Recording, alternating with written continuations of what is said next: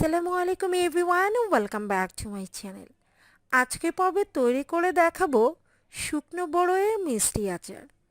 যখন স্কুলে পড়তাম তখন আচারওয়ালা মামার রেসিপিতে এই মিষ্টি আচারটা কিন্তু খুব কিনে খেতাম। সেই মিষ্টি আচারটা আমি তৈরি করে দেখাবো একদম সেই আচারওয়ালা মামার রেসিপিতে।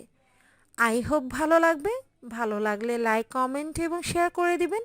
তো চলুন কথা না বাড়িয়ে ঝটপট দেখে নেওয়া যাক। শুকনো বড়ইয়ের মিষ্টি আচার তৈরি করার জন্য আমি এখানে হাফ কেজি পরিমাণ শুকনো বড়ই নিয়েছি। আর এই শুকনো বড়ইয়ের বোটা ছাড়িয়ে আমি 3 থেকে 4 বার খুব ভালো করে বড়ইগুলোকে ধুয়ে নিয়েছি। কারণ বড়ই যখন শুকাতে দেওয়া হয় তখন দেখা যায় নানা রকম ধুলোবালি বড়ইয়ের গায়ে লেগে থাকে।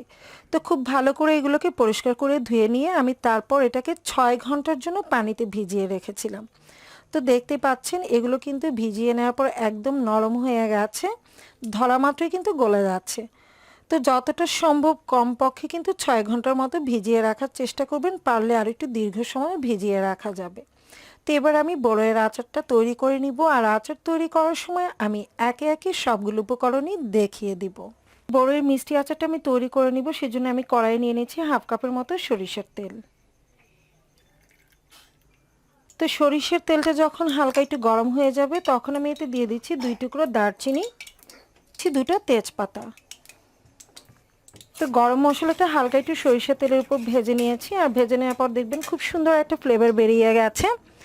তো ঠিক এ পর্যায়ে আমি দিয়ে দিচ্ছি সেই পানি ঝরিয়ে রাখা শুকনো বড়ই। তো ভিজিয়ে রাখার পর কিন্তু এগুলোকে আমি পানি ঝরিয়ে নিয়েছিলাম।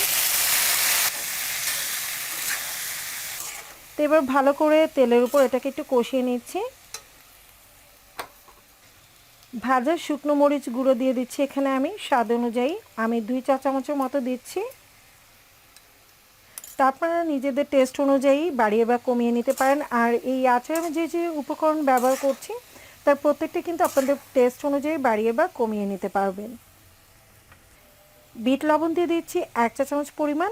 অবশ্যই বিট লবণটা দিয়ে নেওয়ার চেষ্টা করবেন যদি আপনারা ঠিক সেম টেস্টে আচারওয়ালা মামার মতো এই আচারটা তৈরি করে নিতে চান, তাহলে আজকে এই আচারে যে উপকরণ দিচ্ছি তার কোনোটি কিন্তু স্কিপ করা যাবে না।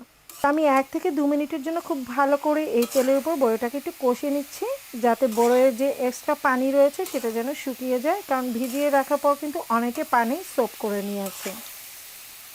তো কষানো হয়ে গেছে, এবার বড়ই আমি দিয়ে দিচ্ছি এখানে 250 গ্রামের মতো আখের গুড়।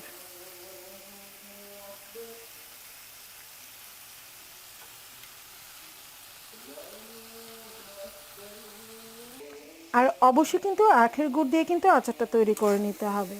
তো গুড় দেওয়ার পর আমি কিন্তু বেশ কিছুক্ষণ নেড়েচেড়ে এটাকে ভেজে নিয়েছি, আর গুড়ের যে এক্সট্রা পানি ছিল সেটা কিন্তু শুকিয়ে গেছে।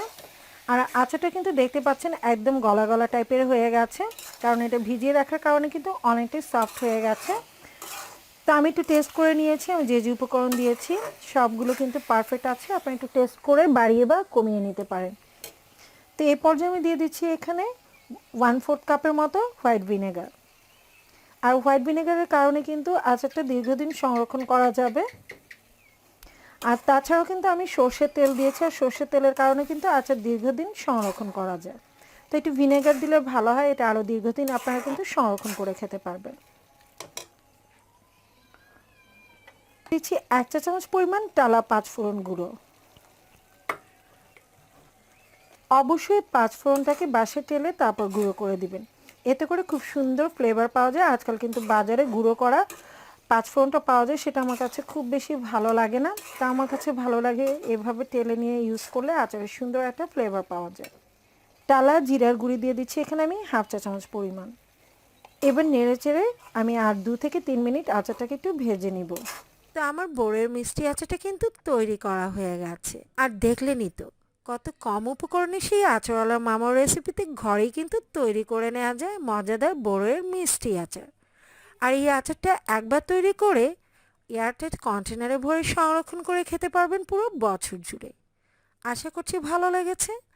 পরবর্তী রেসিপি দেখার আমন্ত্রণ জানিয়ে আজকের মতো এখানেই বিদায় নিয়ে নিচ্ছি। সবাই ভালো থাকবেন, সুস্থ থাকবেন।